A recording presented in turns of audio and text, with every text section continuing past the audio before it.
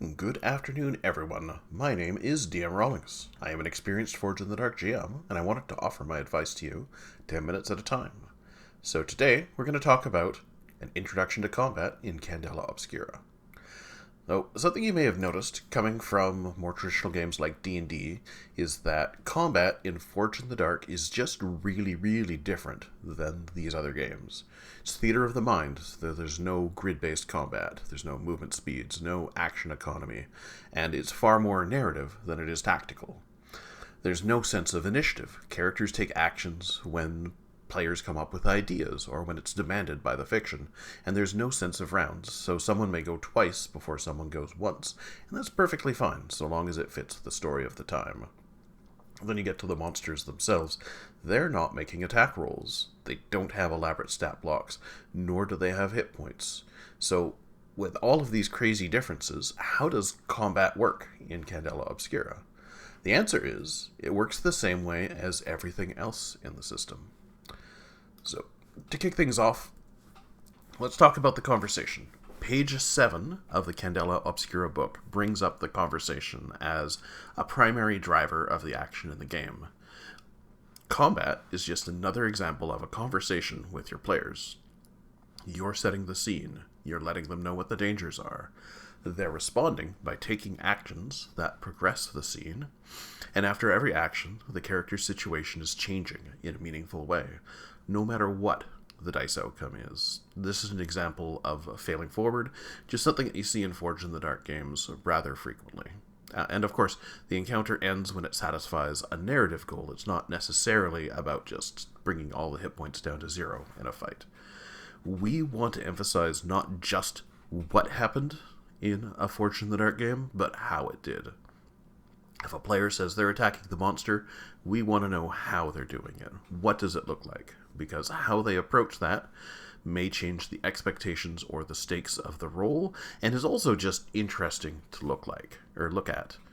So a hand-to-hand situation might be high stakes, where if you had a gun, it might be medium stakes at range.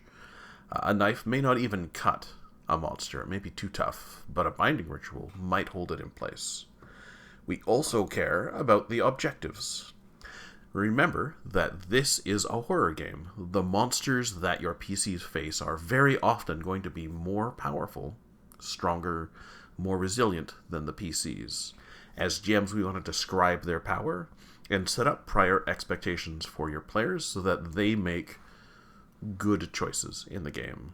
And we also want to ask them what their character's goals are whenever they're about to get into an action scene or a fight. Is the plan just to knock out a couple of people? Is it to drive some monster away? Is it to hold something off just for a little while? Is it to run away, to escape? Or is it to actually kill something? How they respond here sets a victory condition for the encounter. But of course, if things are going poorly and they need to shift their plans, we should be allowing them to do it. So let's hop into an example here. And first we'll set up a little bit of context. Sawyer is squaring off against a Revenant, which is a returned vengeful soul, and is doing so in a dining train car. Sawyer has drawn their sword cane, but the Revenant has preternatural strength. And Sawyer's objective here is that they're trying to buy time for Merrick, which is the source of the Revenant's vengeance. Merrick is trying to escape, and Sawyer is trying to allow that to happen. So now that the scene is set, we know what Sawyer wants, and we know what the monster wants, which is pretty important. In this case, I think a countdown die makes a lot of sense. So as a GM, I'm going to create a 4-count die called Merrick Escapes. And then we get into the action, and there's really two major ways that an action can be triggered in a Forge in the Dark Candela Obscura game.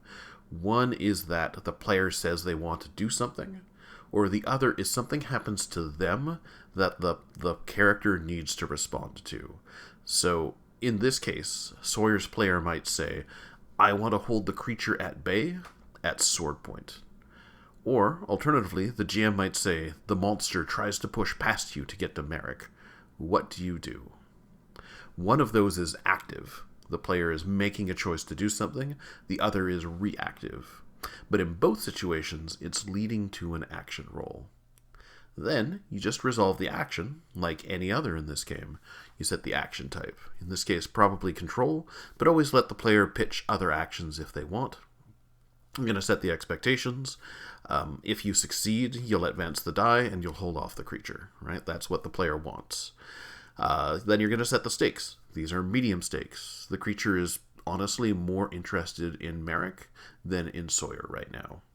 Then you roll the dice, and let's say you get a success, in which case you'd mark off 2 for the countdown die, and you would describe Sawyer getting a few stabs in with their sword. On a mixed success, you'd mark off 1, and then you would be able to make a move according to the book.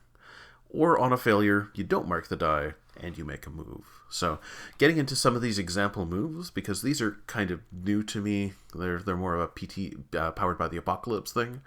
But we'll use book terms here. So I think my ideal offer here is to ask them to choose. Either the creature gets around you and is now closer to Merrick on a mixed success, or you body block the creature and take 2 body marks for having done that, and you offer that choice to the player and let them choose. Alternatively, you could introduce some consequences, like the Revenant closes and effortlessly bats your weapon away, so now you don't have your sword cane, it's skittered across the room, and the stakes for the roll are now high because you have an equipment mismatch. Its rending claws are far stronger than your fists. Third option might be to show them danger. The Revenant locks eyes with Sawyer, and Sawyer feels a presence in their mind. The creature is trying to possess Sawyer and abandon its current host, but it hasn't succeeded yet. This is a setup roll for what a future failure might cause. And now, with that action resolved, we're just going to narrate how the scene has changed. And there are many permutations in the examples that I listed, so let's just go with a mixed success and the choice, and they chose to take 2 body harm. So Malik scrambles back, running into the next train car, and I adjust the die from a 4 down to a 3, and the creature's been cut up a bit, and now knows that it can't easily get past Sawyer, so it's not going to attempt the same thing again. We move on to action number 2. So seeing this, the Revenant wants to get to Merrick no matter what, so it wants to leap through the train window and crawl on the outside of the train car, like you've seen in a million movies. So given that intent, that is the monster acting and Sawyer responding, they could try to stop it with strike, or maybe use move to get to the next car before Merrick does. Let's choose the later option there, just because let's assume that Sawyer's strike isn't very high. We'll set the expectations. On a success, you'll protect Merrick in the next car, and you'll advance the die. The stakes, they're still normal. Nothing's really become escalated yet in this situation. So, given that, the Revenant smashes through the windows. Its sharp nails are ready to get to Merrick, but then we make the roll. On a success, you're going to mark 2 on the die. Sawyer repels the attack with a clever parry. On a mixed success, we'll mark 1. Sawyer prevents the attack, but, and this is a consequence, Sawyer is tossed across the train car, taking a body as their back lands awkwardly on a table. And if there was a failure, Sawyer doesn't get there quick enough. The die is not marked, and the creature flays Malik's legs, making it harder for Merrick to move later on. With that action now resolved, we're going to talk about how the scene has changed. We'll describe it for everyone. Let's assume a mixed success here, so we're going to mark that die down to a 2, and we're going to apply 1 more body to Sawyer. Malik is sprinting down the train car, and the Revenant is now in pursuit. Sawyer is no longer between the monster and its prey. Third action. The player knows the countdown die is within 2, and that means that if they were to get a 6, then the die would expire. And knowing this, they can contextually decide to set up some kind of action that would end the experience. So this is the writer's room thing, right? This is where the player has awareness that they've almost defeated the situation. Not killed the monster, defeated the situation. So with that in mind, they can set up a way in the fiction that makes sense for this scene to come to a close. So in this case, Sawyer tries to push the Revenant through the previously smashed train window. This is probably a strike roll, which I'm sure that Sawyer's player doesn't love, since it depends on brute strength and not really speed in this situation. So Sawyer spends some drive to get up to a decent dice pool. The expectations are on a full success, the plan is going to work perfectly.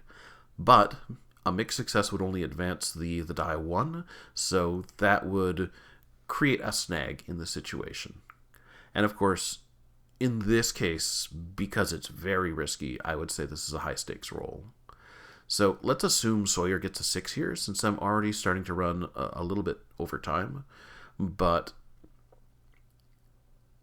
with a 6, that allows Sawyer to get exactly what they want. The monster is thrown from the train, the danger has passed. If it had been a mixed success, though, maybe we still want Sawyer to get what they want. So they would throw the monster through the window, but with a mixed success, maybe the Revenant is still hanging on to the exterior of the train and is not quite defeated. So, congratulations to Sawyer. The Revenant has been defeated for now, but Sawyer really isn't looking good. Oh, in preparing this video, I realized that it was going to take more than one to really cover Forged in the Dark combat. Expect more of these videos in the future, but I wanted to kind of walk through the happy path, like the way that one might encounter a fight where everything is going the way that you want, in order to give you a better idea about how to run combat in Candela Obscura. If you haven't already, please hit that subscribe button. I am trying to build up my subscribership. The game is out and around, and a lot of tables are starting up, so I want to be a resource for as many as possible. If you like what you see, go ahead and share this in whatever secret Discord you happen to be in. I've been DM Rawlings, your 10-minute DM, and I'll talk to you later.